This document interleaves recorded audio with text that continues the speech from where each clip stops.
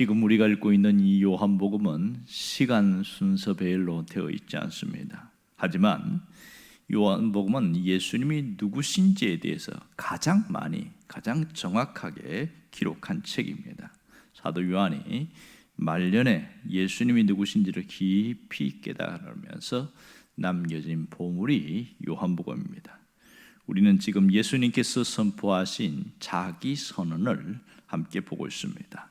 헬라어로 유명한 에고 에이미, 나는 생명의 떡이다, 나는 세상의 빛이다, 나는 양의 문이다, 나는 선한 목자다. 오늘은 나는 길과 진리와 생명이 되신다, 이 얘기를 하고 있습니다. 자, 이렇게 예수님이 말씀하신 배경을 보면 도마가 물은 질문 때문에 그렇습니다. 앞에 5절에 보면 이렇게 나옵니다. 주여, 주께서 어디로 가시는지 우리가 알지 못하거늘 그 길을 어찌 알겠사옵나이까, 이렇게 물어요. 그러니까 길에 대해서 질문을 하니까 주님이 가시는 길을 우리는 모른다 그랬더니 6절에 내가 곧 길이요 이러면서 한마디 더 하시지요. 내가 진리고 생명이다, 이렇게 이야기하는 겁니다.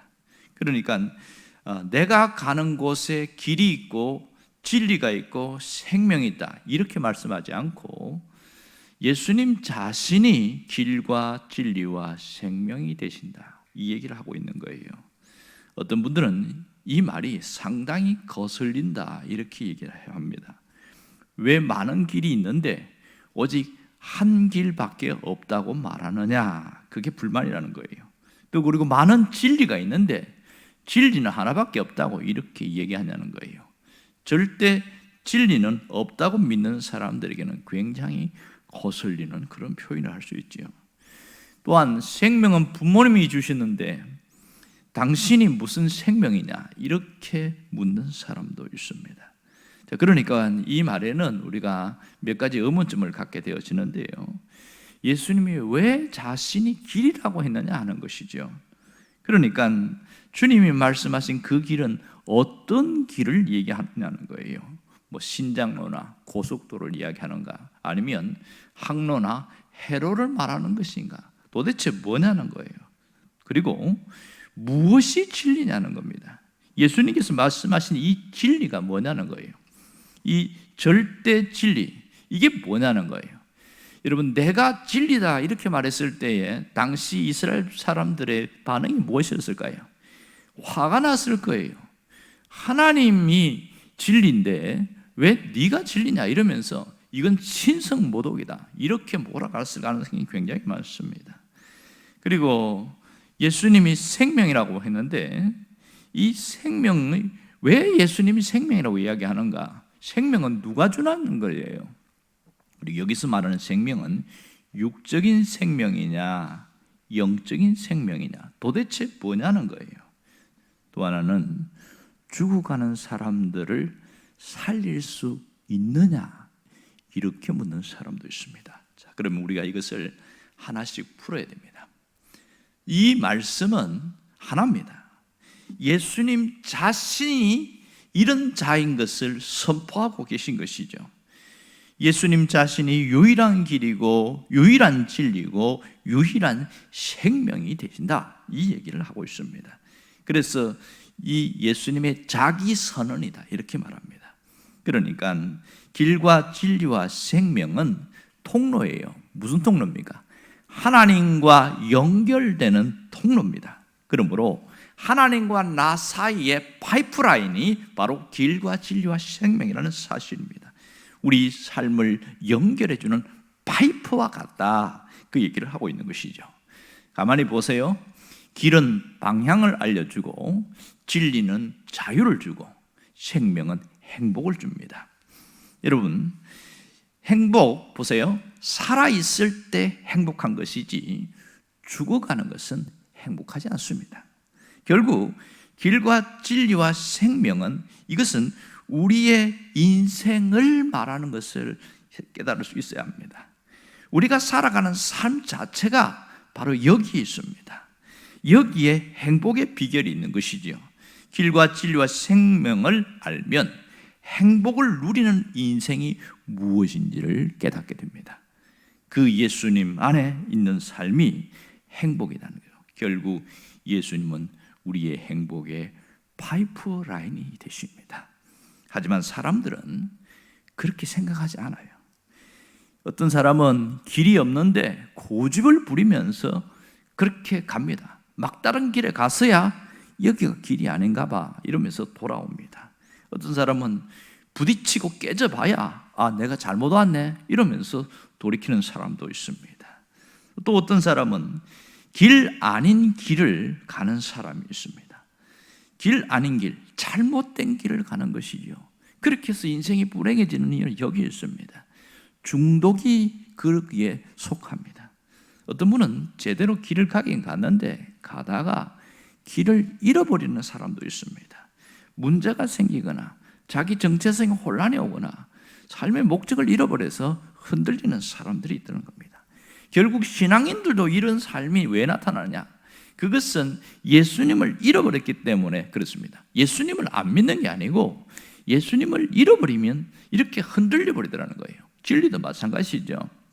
어떤 분은 진리는 우리를 구속한다, 속박한다 그런 생각을 갖고 있습니다. 그래서 자기가 옳다고 생각하는 것을 진리라고 믿습니다. 지금의 시대는 탈진리 시대입니다. 결국 기준이 없는 것이죠. 기준이 사라지니까 뭐가 문제가 생겨요? 삶이 무너지고 있는 겁니다. 인생이 흔들리고 진정한 자유를 잃어버리게 되어지는 것이죠. 또한 이런 삶을 살다 보니 살아갈 힘이 없어져요. 삶의 에너지, 즉 생명력이 약해지는 겁니다. 원하는 것은 많으나 채워지지 않습니다. 텅 빈 마음으로 살아가는 것이 현실이라는 거죠. 어떻게 해야 됩니까? 예수님을 찾아야 회복이 일어납니다. 길과 진리와 생명 대신 예수님을 찾아야 해결이 되어집니다.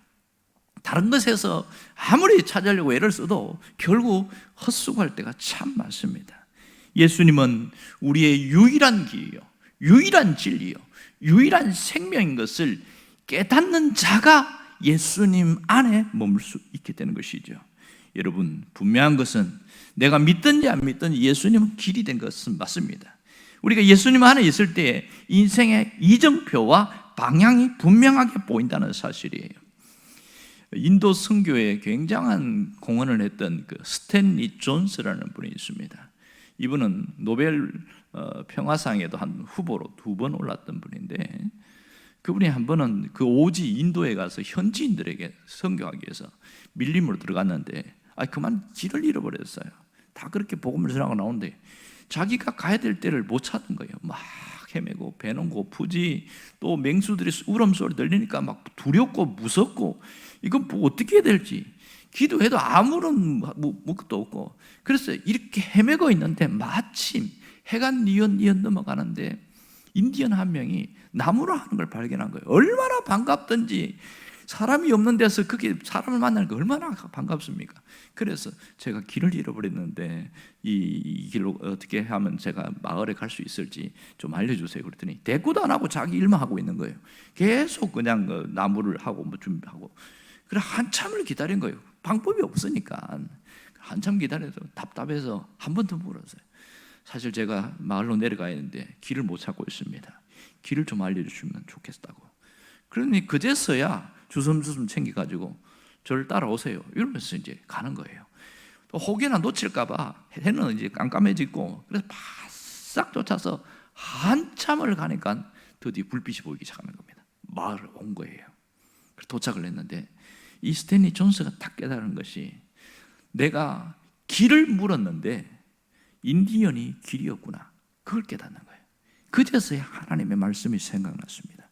내가 길이요 진리요 생명이니, 예수님 안에 길이 있고 그것에 진리가 있고 그것이 생명이구나. 이 단순한 것을 성경을 얼마나 많이 봤겠어요. 그러나 자기의 삶 현장에서 다 깨달으면서 그때부터 상당히 달라지기 시작하는 겁니다. 뭐가 달라진 줄 아세요? 두렵지가 않은 거예요. 그리고 그 마지막까지 인도 선교를 잘 감당하게 되었다는 그런 얘기입니다. 여러분, 아는 것은 힘이 없습니다. 몰라서 안 하는 게 아니에요. 깨닫지 못해서 그런 것이죠. 깨달은 자만이 달라지게 되어 있습니다. 이 깨달음은 우리 인생 자체를 완전히 바꾼다는 사실을 알아야 합니다. 여러분, 진리가 뭐죠? 진리는 변하지 않는 게 진리입니다. 일반적인 진리가 있어요. 태양은 동쪽에서 뜬다. 이건 진리입니다. 태양이 아무리 얘기해도 서쪽에서 뜰 수는 없는 거예요. 중력은 진리입니다. 그러므로 날아가는 것은 떨어지게 돼 있어요. 우리가 땅에 높이 공을 던져도 떨어지는 것은 중력입니다. 이것은 불변하는 것이 진리입니다. 그러므로 아무리 그것을 부정해도 진리는 변하지 않습니다. 이걸 안다면 지혜로운 사람은 어떻게 할까요? 받아들이는 거죠. 진리는 받아들이는 겁니다. 여러분, 진리를 알아야 합니다. 진리를 알아야 자유함이 있어요. 요한복음 8장 32절에 진리를 알지니 진리가 너희를 자유케 하리라 그랬습니다. 여기 진리가 뭐죠? 예수님 자신이 진리였습니다. 진리 안에 있을 때 자유해집니다. 진리 안에 있으면 보호를 받게 되어집니다. 진리 안에 있으면 안정된 삶이 있습니다. 그 속에 있을 때 평안함과 자유함이 있습니다. 살다 보면 우리를 유혹하거나 미혹하는 세력들이 굉장히 많아요. 그런데 기준이 딱 서 있는 사람은요, 안 흔들려요. 거기에 홀라당 넘어가지 않습니다. 손해보지 않습니다. 왜 자꾸 어려움을 당합니까? 기준이 흔들려 버렸어요. 진리가 없어져 버렸어요. 우리가 예수님이 진리인 줄 알면 그 속에 뭐가 생겨요? 분별력이 생기게 되는 것이죠. 또한 예수님 우리에게 영원한 생명을 주신다는 사실을 잊지 않아야 됩니다. 성공이나 업적이나 물질이 우리에게 생명을 주는 게 아닙니다. 현대인들이 우울하고 비관적이고 냉소적인 이유는 그 속에 생명이 없기 때문에 그렇습니다. 영원히 사는 생명이기 때문에 늘 마음이 공허한 거예요. 텅 빈 거예요. 예수를 믿는 사람들 속에서 보면 인생이 공허하다 이럽니다. 헛된 인생 같다. 내가 뭐하고 살았는지 모르겠다. 이렇게 말하는 사람이 있습니다. 그 말을 면밀히 따져가 보면 그 사람은 생명력이 없습니다. 영원한 생명이 없이 그냥 열심히 살아온 것이지요. 여러분, 영원한 생명이 없는 곳에는 아무것도 우리 삶을 회복시킬 수 있는 게 없습니다. 삶이 팍팍하고 벅찬 이유는 내 삶을 일으키는 에너지가 모자라기 때문에 그렇습니다. 그러나 예수님 안에 있을 때 그분이 생명이 되어 있어서 삶을 일으키는 에너지가 생기게 되어집니다. 살아갈 힘을 얻게 되는 것이죠. 또한 답답한 그 현실 속에서 뚫고 나가는 힘을 얻게 되어져요. 한계를 뚫고 갈 수 있습니다. 이 생명이 충만한 자는요, 근심하지 않아요. 두려워하지 않습니다. 무서워하지 않습니다. 그리고 마음이 힘들지만 회복의 속도가 굉장히 빨라집니다. 생명이 충만한 자는 어떠한 것도 뛰어넘고 뚫을 수 있는 힘이 생깁니다. 누가 그걸 주죠? 예수님이 그렇게 하십니다. 그러므로 예수님 안에 있을 때 영원한 생명을 얻게 되는 능력이 있는 겁니다. 그러므로 예수님 안에 있는 자는 이 모든 것으로 충만해지는 것이죠. 여러분, 오늘 예수님이 길이요 진리요 생명인 되신다는 그 선언에 우리의 신앙이 고백되어져야 됩니다. 그렇습니다. 주님은 나의 길이시고 진리고 생명입니다. 이 고백이 있어야 됩니다. 이런 사람은 바로 반석 위에 세워진 집과 같습니다. 반석 위에 세워진 집이 뭡니까? 비바람이 오고 풍랑이 일고 그렇게 삶의 모든 막 힘든 일이 흔들려도 바람은 불지라도 집이 무너지지 않습니다. 신앙이 무너지지는 않는 것이죠. 반석 대신 예수님 우리를 붙들고 있기 때문에 내가 버티는 것이 아니라 그분이 나를 붙들고 있다는 사실을 알아야 됩니다. 아무리 인생의 파도가 무섭다고 할지라도 겁낼 필요가 없는 것은 반석 위에 있기 때문에 그렇습니다. 진리 위에 있고 내 안에 생명이 있고 어떤 길인지를 주님이 보여주고 있고요, 주님이 앞서가면서 우리를 이끌어가고 있다는 사실입니다. 이 단순한 이 원리 안에 우리 인생의 전체에 놀라움이 있습니다. 이 길만 가면은 삶이 열리는 거예요. 해결이 있는 거예요. 문제가 뚫어지는 겁니다. 행복을 원하십니까? 바로 생명 안에 거두 머물러 있으면 됩니다. 예수님 안에 있으면 되는 것이죠. 그러니 다른 데서 뭘 찾으니까 애를 써도 다시 원점으로 돌아오게 되어집니다. 여러분, 길과 진리와 생명 되신 그 주님이 나의 주님이고 내가 그 주님 안에 머무르는 그런 삶이 되기를 원합니다. 깨닫는 자만이 새로운 삶을 살게 되어집니다. 여러분이 그 은혜가 있기를 주의 이름으로 축원합니다. 기도하겠습니다.